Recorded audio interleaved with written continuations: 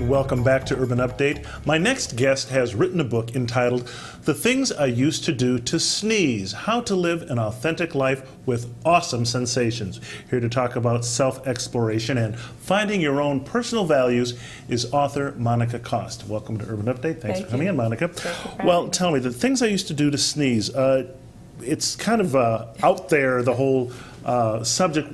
In a nutshell, what is your book about? What are you trying to get across in your book? I'm trying to get people to identify their own value system and to sort of get rid of the values that have been placed on them by society and by parents and by mentors and teachers, and really dig deep to see what it actually they care about themselves so that they can get on a path to living authentically. What does that mean, living an authentic life as opposed to an inauthentic life? That's right. And sometimes the disingenuous life, right, is where what I call the land of make-believe looks really good, right? It's a place where you may live in a big house, you may have a certain degree, a certain job, but if you dig deep and you start thinking about your own values, you realize that actually if you lived up into your own expectations, you wouldn't work in that particular job, or you wouldn't be in this relationship, or you wouldn't, have this group of friends, but you would find out what your own value system is, and then you would act accordingly.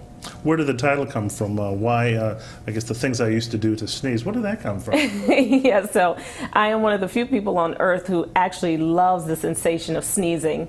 And so when I was thinking, and I used to do all kinds of things to make myself sneeze, from sniffing pepper to tickling my nose. And so when I was thinking about people, the sensations that people are chasing, like the sensation of being loved and wanted and accepted, and I thought about all the things that people go through to get those emotional sensations, and so I thought I would make the parallel.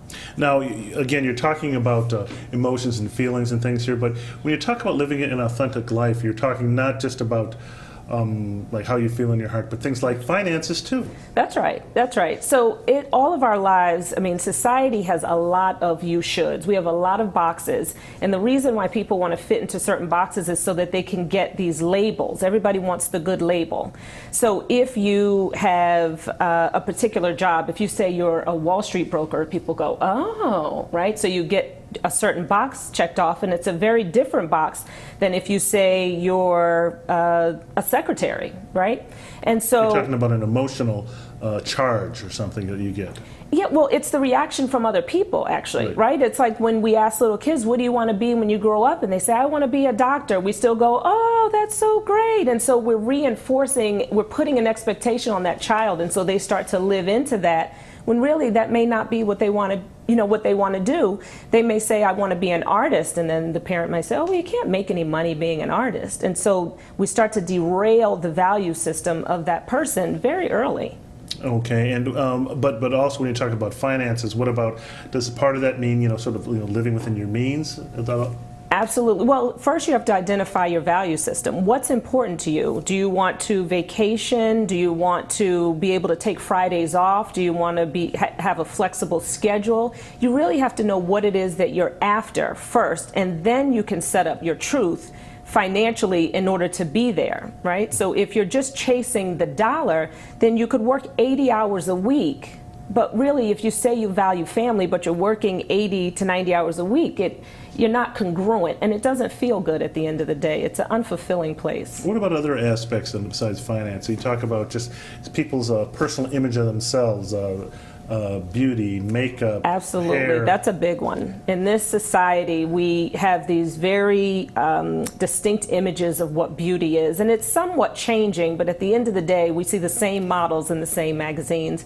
And so a lot of people are striving towards that particular expectation, or if they're not, they don't feel good enough. There's an insecurity there. So what do you try to convince people to do, or show them about that? Well, I think what has happened, what I've noticed with myself and with other people, is once you get to this place where you're actually living out your own value system, there's a liberation there, right? That you're not sort of, like when I've seen celebrities on the red carpet in a particular outfit and they're tugging and pulling at the dress. Well, now the dress doesn't look as good as it used to because they're insecure in it. So they actually shouldn't have worn it because it wasn't their truth. What reaction have you gotten from people who've read your book? It's been extremely interesting. I thought it was, for every speaking engagement or every radio show that I've been on thus far, what people say from ages, I'd say early 30s into 60s, is that what I'm asking people to do is difficult because there's a price to pay for living your truth, right? People are perceiving things and then they make decisions based upon their perceptions. And being in the brand business, I completely understand that. But once you let people know what your values are and what your truth is, they eventually will accept it, and you'll feel better. And I guess what's the main thing you'd like people to sort of take away from your book that you really want them to get? That life is too short to live into other people's expectations. My goal is that the look back on people's lives, on their individual lives, will be one that says, you know what, I gave it my all and I gave it from my core. And I think not only will they be fulfilled, but the lives that they touch will be more fulfilling because it was so genuine. Okay, and we will leave it right there. The author is Monica Koss. The book is The Things I Used to Do to Sneeze, How to Live an Authentic Life with Awesome Sensations. Thanks for coming in, Monica, and good luck with the book. I appreciate it. Thank you for having me. Okay, well, that's it for this edition of Urban Update. I'd like to thank my guests for coming in, and as always, thank you for watching. I'm Byron Barnett for Urban Update. Have a great Sunday, everyone.